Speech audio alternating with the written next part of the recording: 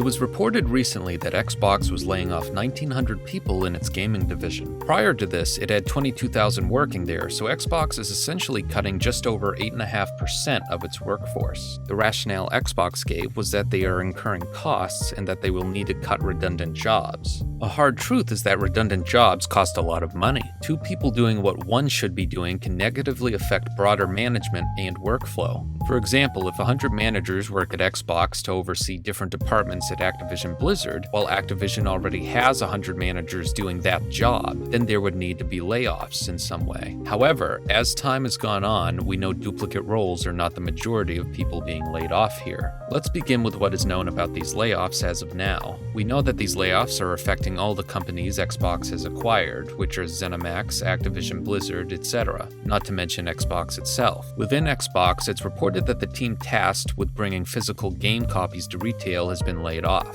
This does fall in line with Xbox's overall vision they've had for a while now. They want to focus on digital only and have wanted to for a long time. Game Pass is all digital, Hellblade 2 is releasing digitally only, and Xbox has repeatedly discussed the future as being digital. Now aside from this, most of the news that's come out has been centered on Activision Blizzard, which is facing the brunt of the layoffs. So let's talk about those layoffs. The president of Blizzard announced his departure and its survival game has been cancelled. One thing of note is that Jason Schreier reported a few months ago that the president did not want to leave Blizzard. Obviously, something changed. Moving on, 83% of the esports organization has been laid off as well, apparently after doing a whole bunch of work and events without knowing they'd be laid off. Sledgehammer Games, one of the main Call of Duty studios and the one who just made Modern Warfare 3, lost 30% of its staff. Toys for Bob, the creator of the Crash Bandicoot and Spyro remakes, have laid off 40% of its staff. High Moon Studio, who supports Call of Duty development, lost over 10% of its staff. And aside from these specific stats, Infinity Ward, Raven, Treyarch, Solid State Studios, Beenox, and Demonware have also suffered layoffs. Yet right now, no specifics are given.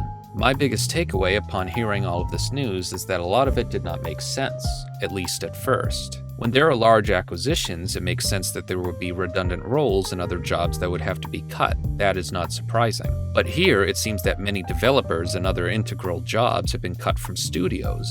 Xbox obviously did research and determined there needed to be layoffs to better position itself for the future, but the issue is that reasoning does not align with the jobs actually being cut. Call of Duty is one of the biggest franchises, period, so Xbox needs to make sure it continues without much turbulence. So why are all the Call of Duty studios having layoffs with Sledgehammer Games having major layoffs? Similarly, it does not make sense for Phil Spencer to advertise how much he loves esports only for him to turn around and lay off most of Activision Blizzard's esports organization. So how can we rationalize and reconcile all this news? To be frank, you can only rationalize the situation to a certain extent. I say this because there's a confusing issue with these Xbox layoffs. I'll explain more about what I mean later, but for now, let's look at this from a business perspective. Let's start by looking at the process. What likely happened is that Xbox determined the percentage of jobs that needed to be cut. They then let ZeniMax, Activision Blizzard, and any other affected companies know how many jobs needed to be cut with certain parameters. So let's use Activision Blizzard as the example. Xbox told Activision Blizzard how many jobs needed to be laid off.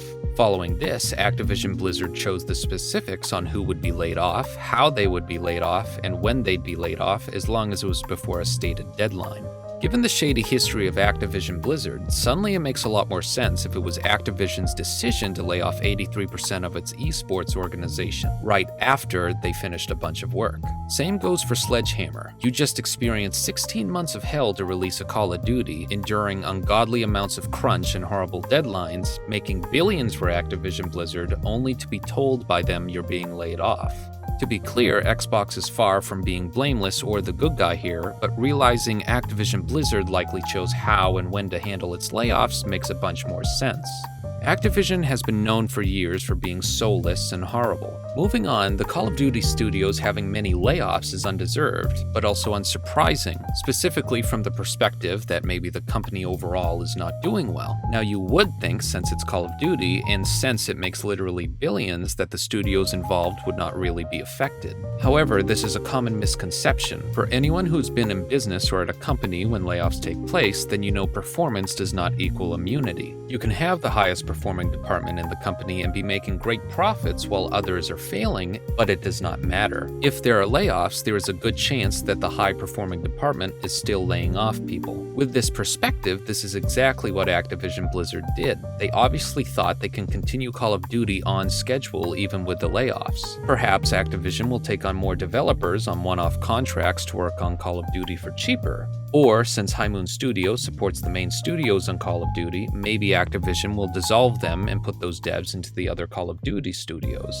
Or Activision thinks, hey, crunch a little more, it'll be okay. Unfortunately, no matter how I try to provide rationalities and explanations, none of them will make sense, mainly because of a large issue I alluded to earlier. These explanations of mine would all make more sense if Microsoft or Xbox was hemorrhaging money or was doing worse financially in some way. That's not the case though, it's the opposite. Microsoft just had its most recent earnings call and stated its gaming division contributed just over $7 billion in revenue.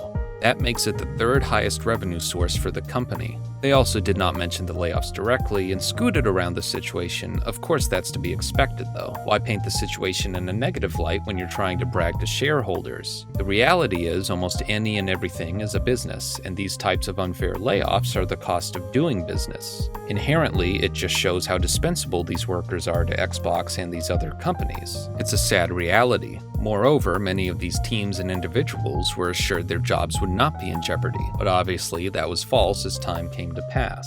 What ultimately rubs me the wrong way is that there is a professional way to handle the situation. You make it clear to the devs and all the workers what the risks actually are for being laid off, and if you do need to lay someone off, you do it in a timely manner at a reasonable time, not right after they get done working their butt off for you. Phil Spencer stated they're helping those laid off with their transition. That's cool, except you're not giving a lot of people time to actually transition if you're not announcing they're laid off until the last minute. Weirdly enough, there is still so much we don't know, and even the industry does not know when it comes to these layoffs at Xbox. There's not much insider knowledge from Jason Schreier, IGN, or other press sites. Usually with pretty large layoffs like this, there are telltale signs that they'd come. Either bad financials or missed investor expectations or something. Like I said earlier, here it definitely makes sense to lay off some people because of the acquisitions, but those would be for duplicate roles and would be a smaller number of layoffs. 1,900 laid off with a large amount being developers is confusing and absurd. While doing research, I did come across this article, and I think it pretty much sums up most everyone's feelings. Xbox has to clarify what the costs actually are that they keep referencing. Nobody really knows, and that's a problem. Maybe it should not necessarily be a problem to the larger public, but if you are a developer who is laid off, then that is someone who deserves some sort of explanation or rationale. However, something tells me Xbox won't ever actually give an explanation for this situation. It is important to remember that at the end of the day, these huge companies are a business. Businesses that don't really care for much outside themselves. It's unfortunate because a lot of great talent has been let go. I hope everyone affected by the layoffs can transition as well as they can and find new work as soon as possible. I hope everyone found this informative. Thank you for watching, and I will see you all in the next video.